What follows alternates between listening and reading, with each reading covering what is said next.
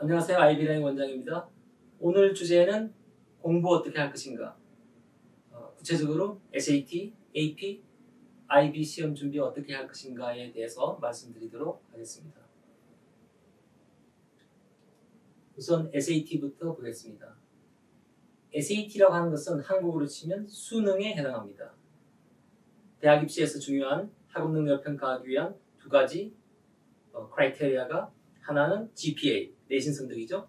다른 하나가 SAT, AP, IB 등의 그 시험 성적입니다. 그 중에 하나가 이 SAT라고 하는 시험인데, 미국 대학, 영국 대학에 이제 거의 필수적으로 들어가는 시험입니다. 시작이 1926년도 시작했으니까 거의 100년 가까이 됩니다. 사실은 좀 더 오래됐습니다. 1901년에 아이빌리그 8개 대학이 컨소시엄을 만들어서 자기들이 참고할 시험을 만들었습니다. 학생들이 그 시험을 봐야 아이비리그 대학에 지원을 할 수가 있었습니다.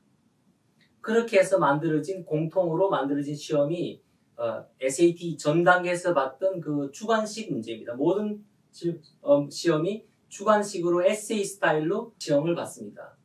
자, 동시에 아이비리그 대학들은 IQ 테스트를 봤습니다. 각종 IQ 테스트, 그때는 공동으로 만든 IQ 테스트는 아니고 각종 IQ 테스트가 있는데 그 중에 하나를 보게 했었습니다. 자, 이 두 가지 요소, 수학 능력 그리고 IQ, 지능 두 가지를 다 목적으로 삼고 만들어진 시험이 1926년에 만들어진 SAT입니다. 자, 그러니까 그게 언제까지 오냐면 2016년 1월, 마지막 시험인 2016년 1월까지 쭉 이어졌던 그 시험 유형이 바로 이 SAT라고 하는 것입니다. 자, 이 시험이 어떤 문제가 있었냐면, 아이빌리그 대학이 만든 컨소시엄에서 자기 학생 지원자들을 심사하기 위해서 만든 시험이다 보니까 너무나 어려웠습니다. 이거 올드 SAT, 2016년 1월까지 봤던 그 시험을 보면 한국 학생들은 그렇게 생각하지 않을지 몰라도 미국의 일반 공립학교에 다니는 일반적인 학생들이 봤을 때는 너무나 어려운 시험이었습니다. 그 문제점이 개선되어서 나온 시험이 ACT라고 하는 것이 1959년도에 나왔습니다. 1950년대 대학교 지원자들이 폭증을 하면서 전후에 2차 대전, 한국전쟁 이후에 미국 경제가 엄청나게 발전하고 주립대학들이 발전하고 일반 공립학교에서 사립학교에서만 대학을 가는 것이 아니라 일반 공립학교에서도 대학을 많이 가던 시대가 이제 된 겁니다. 그래서 나온 것이 ACT라고 하는 것이고, 따라서 ACT는 굉장히 문제의 수준이 낮아졌고, 그래서 일반 대중적인 학생들을 테스트하기에는 적합한 시험이었습니다. 자, 이것이 언제까지 그러면 오냐? 2006년까지 서로 경쟁적으로 이렇게 오다가 어떤 학교는 ACT를 안 받아주고 어떤 학교는 SAT를 또 안 받아주고 이런 문제가 있다가 적어도 SAT를 받아주는 학교였던 아이빌리그 대학들이 2006년도에 가면 ACT를 공식적으로 받아주게 됐습니다. 그게 무슨 말이냐면 1959년부터 2006년까지 ACT를 수학 능력을 테스트하는 적합한 시험으로 인정하기 어렵다고 생각했던 것이겠죠. 실제로도 ACT 문제를 보면 과연 이것이 학생들의 수학 능력을 평가하기에 적합한가? 매우 의심스럽습니다. 자, SAT가 어렵다 하지만 그것이 한국 학생들은 매우 적합한 시험이었다는 것이 이제 결과로서 드러나게 됐습니다. 왜냐하면 2017년 입시부터 바뀐 2016년 3월부터 도입된 USAT 시험의 결과가 한국 학생들이 썩 좋지가 않습니다. 예를 들어서 제가 가르친 SAT 라이딩 섹션만 해도 올드 SAT 때 여름방학 때 시험을 이렇게 보면 만점자가 나오잖아요. 그래서 보드에 매주 시험 봐가지고 보드에 붙이고 이렇게 하는데 만점자들이 한 번 시험장 볼 때마다 학원에 60명씩 나옵니다. 60명, 50명, 60명, 70명씩.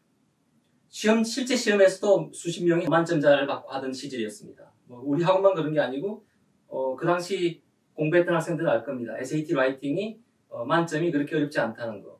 그건 IQ 테스트적인 요소가 있어서 그럴 수도 있습니다. 머리를 써가지고 다 논리적으로 따져서 풀 수 있는 문제들이기 때문에. New SAT는 그렇지가 않습니다. New SAT는 ACT를 모델로 만들었다는 것이 결과적으로 나왔습니다. 문제가 평이해지고 쉬워지면서 이게 아이크 테스트적인 요소가 완전히 빠져버렸습니다. Old SAT는 SAT 제목 자체가 SAT 리즈닝 테스트입니다. 리즈닝 테스트, 사고력 테스트입니다.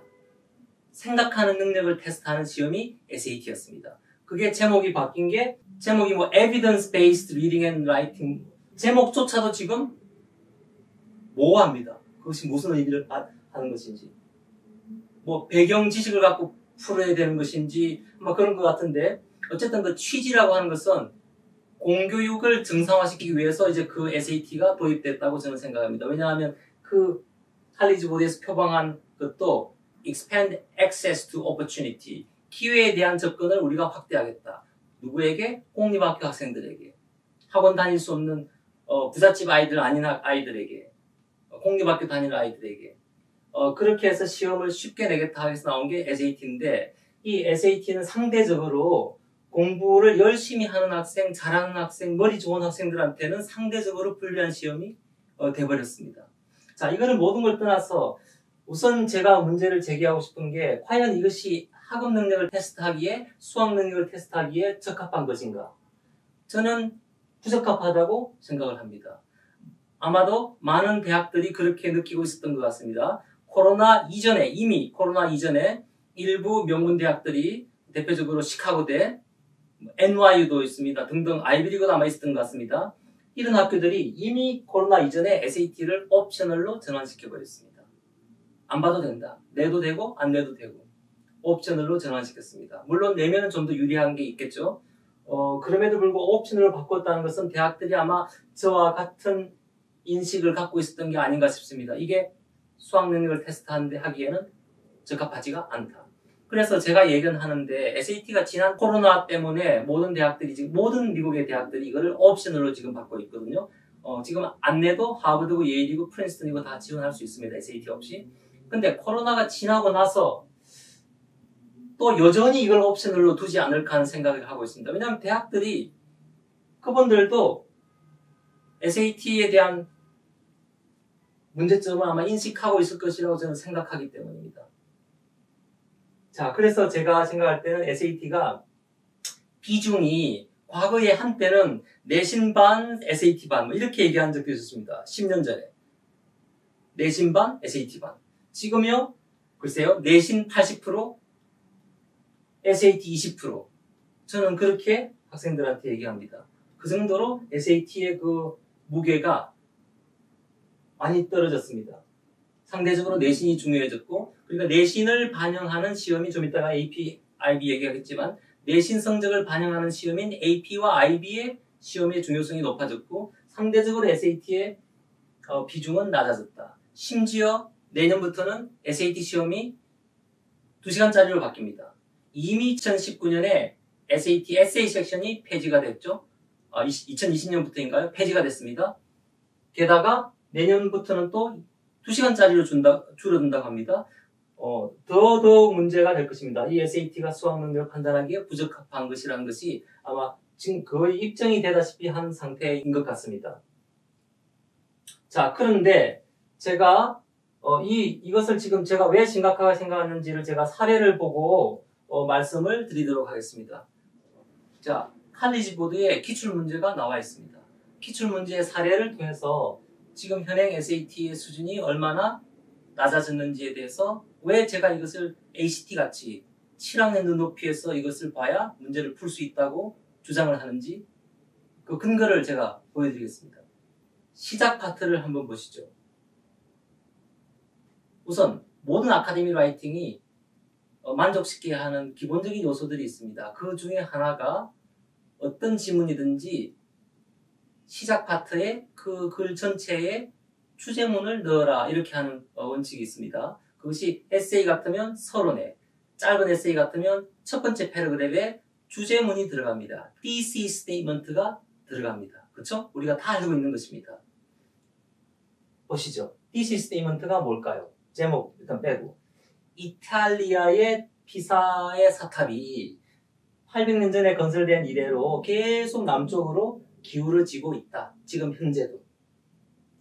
만약 이 피사의 사탑의 건설이 200년 정도 걸렸는데 그렇게까지 오래 안 걸리고 그리고 중간에 막 쉬기도 하고 전쟁 때문에 브레이크도 있고 이래가지고 다져지는 과정도 좀 있었던 것 같아요. 만약에 그런 과정이 없이 그냥 건설이 되었더라면 뭐 몇 년 사이에 그냥 뚝딱 해가지고 건설되었더라면 아마도 붕괴되었을 것이다. 자, 이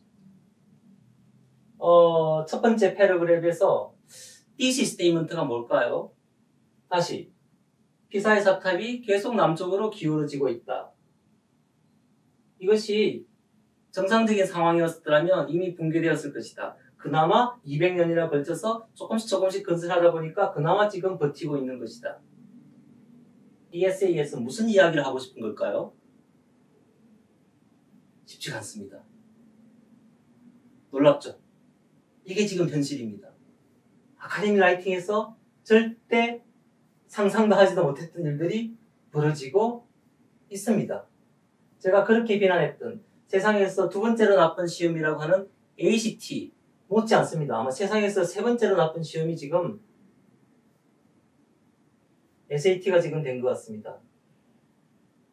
자, 본문을 들어가도 제가 읽을 때마다 잘 이해가 안 돼요. 도대체 무슨 소리를 하는 건지. 그래서 결론을 가봤습니다. 마지막 패러그래프에 어차피 thesis,가 주제문이 반복돼서 나오잖아요. 그게 또 아카데미 라이팅의 또 공통적인 특징입니다. 자, 이 피사의 사탑의 이 기울어짐이 그때 이래 뭐 위에서 말했던 시점이 있나 봐요. 그때 이래로는 벌써 이것도 지금 클리어하지가 않죠. 이때가 뭔지를 지금 또 앞에서 찾아야 되니까. 어쨌든 그때 이래로 더 이상 증가하진 않고 있다. 그나마 다행이다. 그래서 이 타워가 앞으로 200년 동안은 건재할 것이다. 조사를 했더니 200년은 괜찮겠다. 게다가 그 중에 한 사람이 근데 솔직히 200년보다 더 퍼머넌트하게 뭔가 솔루션을 찾기 위해서 해결책을 찾기 위해서 노력하고 있다. 그러나 그 사람 얘기하죠. 완전히 똑바로 세우지는 않을 것이다. 왜? 기울어져 있는 것이 이 피사의 사탑의 캐릭터, 유니크한 퀄리티이기 때문에 그 가치이기 때문에 그것을 보존하겠다. 그러니까 똑바로 지금 붕괴되는 위험이 있으니까 그것도 똑바로 세워야 되고 안전 문제도 있고 한편으로는 피사의 사탑의 고유한 가치를 또 지켜야 되고 이 두 마리 토끼를 다 잡아야 되는 것 같아요. 자, 이것은 글에 나와 있는 게 아닙니다. 그냥 이것은 제어의 백그라운드 나리지, 배경 지식. 왜? 피사의 사탑 했을 때 우리는 항상 그 두 가지 생각하잖아요. 기울어져 있지 않으면 아무도 가서 보지 않을 것입니다. 기울어져 있으니까 사람들을 attract하는 것입니다. 한편으로는 이것이 붕괴될 위험이 있으니까 항상 안전 문제가 중요하게 고려됩니다. 그냥 이것은 제어의 배경 지식을 가지고 이 글이 하고 싶은 얘기가 아마 그런 게 아닐까? 어느 정도 상상력을 동원해서 보고 있습니다. 자, 그럼 이 글은 무엇일까요? 첫 번째 패러그래프에 주제문이 없고 결론에 가가지고도 글이 모호하니까 상상력을 동원해서 배경 지식을 동원해서 풀어야 됩니다. 마치 ACT 같이 그리고 마치 수능 영어 같이 세상에서 제일 나쁜 시험이라고 하는 수능 영어 그리고 두 번째로 나쁜 시험이라고 하는 ACT 영어 세 번째로 나쁜 시험인 SAT 시험이 영어 시험이 바로 지금 이 현실을 제가 보여드리고 있습니다. 다시 들어왔습니다. 제가 참고 자료로 올드 SAT는 그러면 어땠는지를 잠시 보여드리겠습니다. 올드 SAT가 왜 훌륭한 시험인지를 기회되면 자세하게 설명을 드리겠습니다. 일단 근데 한 예를 보시면 아마 다들 감탄을 하실 것입니다. 이것은 인터넷에 링크가 없어서 일단 예전에 봤던 시험 중에 하나 그냥 가져와서 카피해가지고 가져왔습니다. 자, 이 패러그램을 한번 보시죠.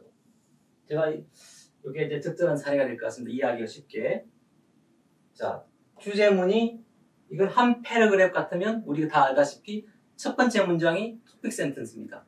그쵸? 두 가지식으로 글을 쓰니까 영어는 두 가지식으로 글을 씁니다. 그래서 첫 번째 문장이 토픽 센텐스입니다. 주제문입니다. 그것을 서포트하기 위한 디벨로핑 센텐스들이 쭉 나오죠. 서포팅 센텐스들이 나오죠. 그리고 마지막에 concluding sentence, 서머리 센텐스가 나옵니다. 그죠? 그것이 일반적인 영어식 글쓰기법입니다. 패러그래프 구성관법입니다. 어쨌든 다 아실 테고, 자, 주제문이 그래서 우리 아버지의 다른 사람의 의견을 잘 듣는 ability to listen, 잘 listen하는 그 능력이 우리 아버지의 삶 전체에 영향을 미친다. 자, 이 주제문을 딱 봤을 때 사람들은 너무 좀 앰비셔스한 거 아닌가? 이 짧은 패러그래프에서 감당하기에는 너무 큰 주제문을 그냥 써버린 게 아닐까? 보통 사람 같으면 그렇게 생각할 수밖에 없죠. 왜냐하면 주제문이라고 하는 것을 썼을 때는 거기에 대한 책임을 져야 됩니다. 이 글쓴이는 그죠? 실제로 아버지가 다른 사람 말을 잘 듣는 이 능력이 그의 삶 전체라고 크게 얘기를 해버렸는데 정말 그 자기 삶 전체에 영향을 미치나? 또 의문이 들기 시작합니다. 자, 근데 우선 생각 드는 게 우선 자기가 다른 사람들의 말을 잘 듣는 거. 그럼 여기 한정해서 얘기해 보면 우선은 그 대상은 누굴까요? 누구의 얘기를 듣는 걸까요? 일단은 가족이겠죠? 자기 와이프겠죠? 자기 자녀들이겠죠? 그리고 나가서는 어떻게 되죠? 직장에 가죠? 그럼 직장의 동료들 얘기를 해야 되겠죠? 그리고 나가서는 사회생활도 할 테니까 직장 밖에서 친구들, 지인들이 있겠죠? 자, 그러면 그것이 자기 삶의 중요한 사람들을 다 다룬 것입니다. 가족, 친구, 동료.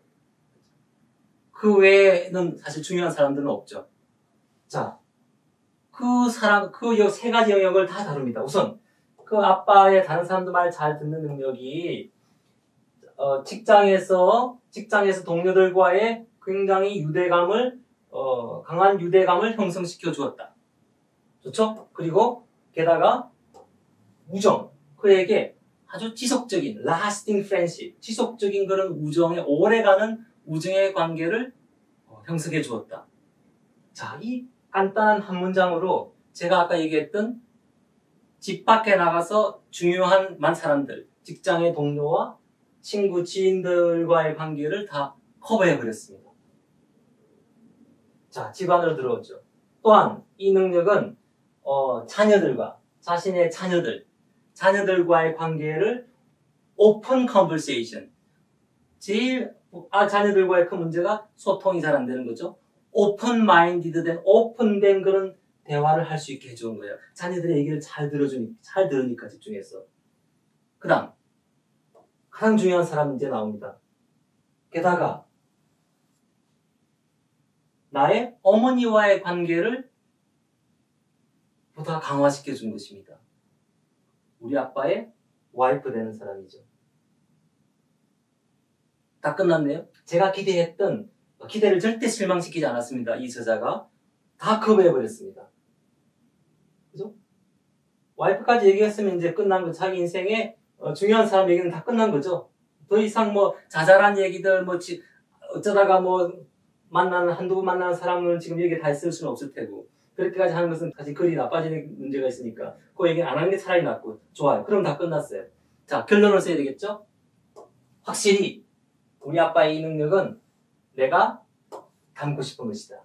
내가 앞으로 성장하면서 나도 이렇게 해야지. 우리 아빠가 갖고 있는 능력을 갖고 직장 생활하고 친구들 관계도 그렇게 하고 결혼을 했어도 내 아이들 얘기 잘 들어주고 내 와이프 얘기도 잘 들어줘야지.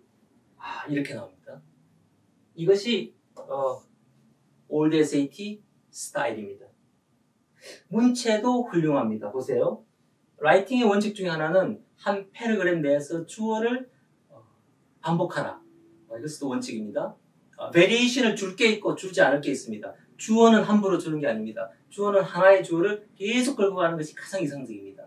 원래 테크닉적으로 라인 실력이 대부분은 그게 지금도 실력이 안 받쳐주기 때문에 할 수 없이 중간에 베리에이션도 주고 이렇게 하는 거죠. 안 그러면 지루해지니까 그리. 근데 초인류 라이터 작가들 같으면 가능합니다. 보세요. 우리 아빠의 잘 듣는 능력, 이 능력, 그 다음 센텐스, 이 능력 같은 주제는 그 다음에 세 번째, 명사 두 번 반복하고 대명사로 같이 똑같은 주어입니다. 그리고 똑같은 주어입니다. 그죠? 마지막에 his talent, 마지막이니까 다시 명사로 바꿨습니다. 5개의 문장이 다 같은 주어를 쓰고 있습니다. 감탄스럽습니다. 이렇게 쓰고도 문체가 훌륭합니다. 사실은 이것이 올드 SAT의 일반적인 스타일입니다. 이분만 그런 게 아니고 모든 패시지가 감탄을 금치 못할 정도로 글이 좋습니다. 근데 제가 이렇게 한번 생각해봤어요. 이분들이 과연 실력이 대단한 분들일까? 물론 그런 것도 있겠지만 제가 생각할 때는 이것이 1926년, 더 일찍이은 뿌리까지 들어가면 1901년부터 100년 이상에 걸쳐서 이것이 점진적으로 발전하다 보니까 어떤 완성도 면에서 거의 끝까지 가버린 게 아닐까. 더 이상 발전할 수 없는 단계까지 가버린 게 아닐까. 그 글의 지문의 수준을 보면요. 거의 아카데믹 라이팅 같으면 거의 옥스퍼드 대학 출판부에서 나온 글 수준입니다. 거의 케임브리지 하버드 대 출판부에서 나온 글 수준으로 SAT 지문이 나옵니다. 너무나 훌륭한 것을 제가 그래서 감동을 하게 됩니다. 자, 게다가 교육적으로 이 올드 SAT는요 매우 좋습니다. 제가 나중에 기회가 되면 이것과는 별개로 올드 SAT 자료들 가지고 교육 프로그램 같은 거 강의도 제가 하고 싶은 마음이 있습니다. 그 정도로 좋습니다. 예를 들어서 올드 SAT에서 얼마나 학생들의 그 정서하면 윤리적 감각 이런 것들을 신경 쓰는지를 단적으로 들어준 예가 하나 있는데 절대 사용하지 않는 단어와 개념이 있습니다. 그것이 뭐냐면 섹스하고 바이올런스입니다. 성과 폭력. 이 단어를 사용하지 않습니다. 그리고 여기에 관한 글도 쓰지 않습니다. 지문도 나오지 않습니다. 매우 조심하고 있다는 것을 그때 제가 느꼈습니다. 단적인 예입니다. 자, 다시. 자, 그래서 SAT가 지금 현재 뉴 SAT가 심각한 문제가 있다는 것을 제가 말씀드리고 이것은 저만 그런 게 아니고 여러 선생님들이 같이 느끼고 있는 부분이고 많은 대학들에서도 아마 이렇게 느끼고 있으니까 이거를 옵셔널로 요구를 하지 않고 선택 시험으로 바꿔버린 게 아닌가 싶습니다. 게다가 아마 칼리지 보드 내부에서조차도 이 문제에 대한 인식이 있을 겁니다. 뭔가 조만간에 이게 새로운 개선이 되든지 해야 될 것 같습니다. 제발 그렇게 하기를 기대합니다. 우리에게 중요한 것은 이제 내신 성적을 반영하는 AP와 IB 시험이 중요해졌습니다. 이것은 난데없이 드러난 시험이 아닙니다. USAT 같이 그냥 근본도 없이 나오는 그런 문제가 아니고 이것은 수십 년간의 또한 발전을 거듭해서 나온 문제들입니다. 그러니까 이 문제들의 완성도도 매우 높습니다. 올드 SAT 같이. 자, 미국 대학교들이 AP 과목을 가르치고 AP 시험을 봅니다. 영국 대학교들이 IB 과목을 가르치고 IB 시험을 봅니다. 그래서 이 두 과목이 서로 패러렐하게 살펴볼 수가 있습니다. AP가 보통 저는 6과목에서 8과목 정도를 졸업할 때까지 하도록 추천합니다. 왜냐하면 IB가 6과목에서 8과목이기 때문입니다. 교과목 IB가 6개가 있고 그 다음에 TOK, Extended Essay까지 하면 8과목이거든요. AP도 마찬가지입니다. 자, 그러면 과목 선택을 어떻게 할 것인가? AP든 IB든 우선 좋아하는 과목을 택하는 것이 바람직합니다.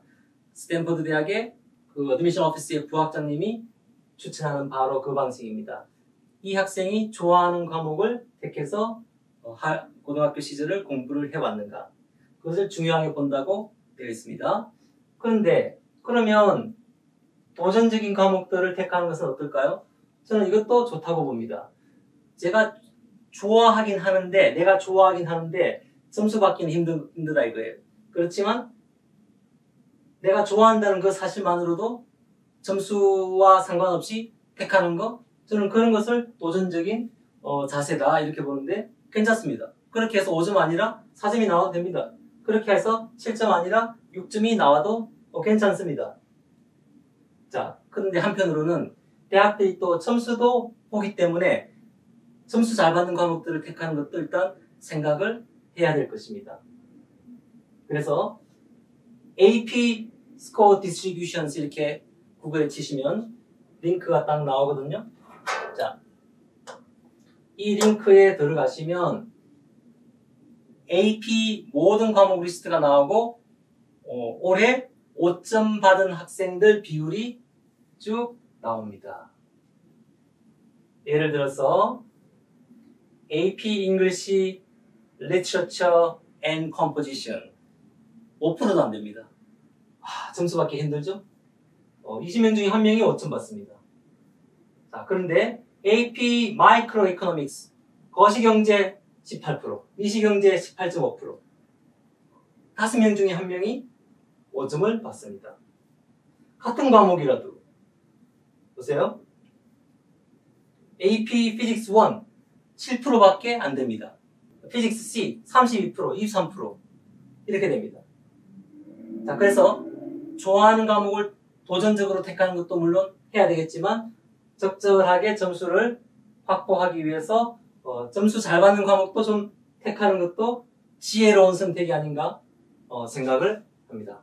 자, 이와 관련해서 하나 더 있는데 IB 학교 다니는 학생들도 마찬가지입니다. 매년 발표하는 IB 디플로마 스태티스티컬 빌리트 있습니다. 여기에 가시면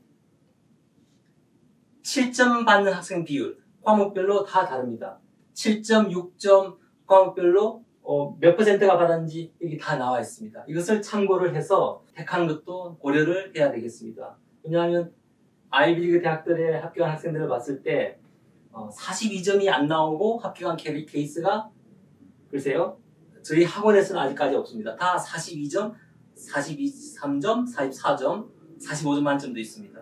41점으로 아이비리그에 합격한 케이스가 없기 때문에 통계적으로 봤을 때는 어느 정도 우리가 7점짜리를 매 과목은 확보를 하는 것이 필수다. 저는 이렇게 생각을 합니다.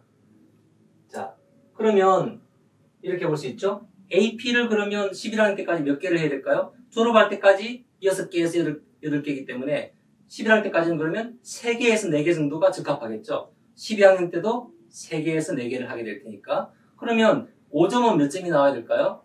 저희 학원의 케이스를 쭉 20년간 통계를 봤을 때 아이비리그 대학에 합격한 학생들의 평균 11학년 때 AP 5점 개수는 3개입니다. 그렇게 많지가 않죠? 평균 3개. 2개도 있습니다. AP 2개도 있습니다. 1개도 있습니다. 4개, 많게는 5개가 있습니다. 신기하게도 AP 11학년 때까지 AP 5점 받은 개수가 5개를 넘어가는 경우에는 합격률이 좀 떨어지는 것 같습니다. 6개, 7개, 8개. 그리고 11학년 때까지 이미 10과목 이상을 AP를 5점을 받은 학생도 있습니다. 그런 케이스를 제가 조사를 했는데 저희 학원 케이스에서는 없습니다. 10개 5점 받은 학생들이 꽤 많이 있는데 과거의 학생들 보면 특히 특목 학생들은 그런 경우가 많았습니다. 아이비리그 다 떨어졌습니다. 사실 11학년 때까지 5과목 이상에서 5점을 받은 학생들도 5과목 이하에서 5점을 받은 학생들에 비해서 합격률이 떨어집니다. 왜 그럴까요? 11학년 때까지 3과목에서 5점을 받았으면 수학 능력은 이미 검증이 된 겁니다. 이 학생은 아이비리그에 수학하는데 문제가 없습니다. 그러면 그 나머지 시간을 더 중요한 게 있죠. 공부보다 더 중요한 것이 뭔가요? 공부보다 더 중요한 것이 바로 과외 활동이고 그 다음에 추천서고 에세이입니다. 추천서와 에세이에서 이 학생에 대해서 좋게 평가가 나오기 위해서는 공부만 잘해서는 안 되겠죠. 공부만 잘하는 학생들은 대학들은 좋아하지 않습니다. 공부도 잘하고 더 중요한 게 뭐죠? 노는 것을 잘해야 됩니다. 아이비리그 대학들과 일반 대학들의 차이는 공부도 잘하고 놀기도 잘하고 게다가 액티비티에서도 아카데믹 액티비티도 잘하지만 더 중요한 것은 뭐죠? 넌 아카데믹. 크게 2개. 운동과 봉사활동. 봉사활동과 운동을 잘하는 학생들을 아이비리그 대학들은 좋아합니다. 아이비리그 대학이 뭔가요? 아카데믹 리그가 아닙니다. 아이비리그 대학은 스포츠 리그입니다. 운동 잘하는 학생들을 좋아할 수밖에 없는 그런 역사적인 배경을 갖고 있습니다. 처음부터 만들어질 때부터 운동 리그로 만들어진 것이 아이비리그 대학입니다. 그래서 학생들이 명심해야 될 것은 AP 과목을 너무 많이 택하면은 그것 때문에 오히려 떨어질 수가 있다. 오히려 마이너스 효과가 날 수 있다는 거. 지나치게 많이 택하지 않도록 강하게 당부를 드립니다. 그 나머지 시간에 노는 것이 차라리 낫다. 운동을 하는 것이 낫다. 봉사하는 것이 낫다. 숨이 막혀서 민사고 카운슬러 선생님 말씀대로 exhausted 된 상태로 여러분들이 졸업할 시점에는 완전히 기진맥진 탈진해가지고 대학에 지원하는 상태 같으면 대학들이 뽑을 수가 없습니다. 왜? 대학 들어오고 나면 적어도 1, 2년 동안은 쉬어가는 타이밍이고 지금까지 굉장히 활동적으로 액티브하게 활동을 해왔지만 대학에 들어가서는 그렇게 하지 못할 것이라는 것이 예상이 되기 때문에 그래서 그것이 제 얘기가 아니고 저희 학생이 저한테 전해준 인사고의 카운슬러 선생님 중에 한 분이 그런 말씀을 하셨습니다. 이 사례를 보건대 제발 여러분들은 점수에 너무 연연하지 않도록 그렇지만 일단 택한 과목들에 대해서는 확실히 5점을 받도록 그리고 일부 과목은 4점 괜찮으니까 도전적으로 내가 정말 좋아하는 과목이면 그렇게 택하도록 해야 되겠습니다. 자, 그러면 5점을 어떻게 받을 것인가 가장 중요한 부분을 제가 말씀드리겠습니다. 4점과 5점을 가르는 것, 6점과 7점을 가르는 것, 그것은 저는 지식의 양, 지식의 이해의 깊이, 그게 아니고 그것은 4점이나 5점이나 거의 비슷하다고 봅니다. 오히려 라이팅 실력이 점수를 가르는 것 같습니다. 특히 코로나 때문에 지금 작년에는 다 주관식으로 본 학생들이 많잖아요. 라이팅 실력이 절대적으로 지금 중요합니다. 사실은 코로나 이후에 객관식 문제, 주관식으로 나온다 하더라도 주관식 타트에서 망치는 학생들이 꽤 많이 있습니다. 그래서 이 라이팅 실력을 평소에 9학년, 10학년 때 확실히 다져두고 그리고 AP 시험 연습도 주관식으로 그 답안 작성하는 연습을 충분히 해둘 필요가 있습니다. IB도 마찬가지입니다. IB는 더 확실하게 라이팅 실력이 점수에 영향을 미칩니다. 6점과 7점은 지식의 양, 지식의 깊이의 차이가 아닙니다. 7점은 자기가 갖고 있는 지식을 효율적으로 명료하게 설명을 할 수 있는 학생입니다. 그런 학생이 7점을 받습니다. 그렇지 않은 학생은 같은 지식과 같은 깊이의 지식을 갖고 있다 하더라도 같은 양과 깊이의 지식을 갖고 있다 하더라도 6점이 나올 가능성이 높다는 것입니다. 자, 그것이 제가 마지막으로 드리는 조언입니다. 라이팅 실력이 점수에 큰 영향을 미친다. 특히 SAT의 에세이 섹션이 폐지가 되어버렸고 너무나 안타깝습니다. 그것을 대학들은 어디에서 확인을 할까요? 이 AP와 IB 점수에서 아마 확인을 할 것이라고 생각합니다. 특히 이 점수가 잘 나온 학생들은 아마 학교에서도 추천서에 라이팅 실력에 대한 평가 항목이 있습니다. 거기에 아마 좋은 평가를 받을 것이라고 생각합니다.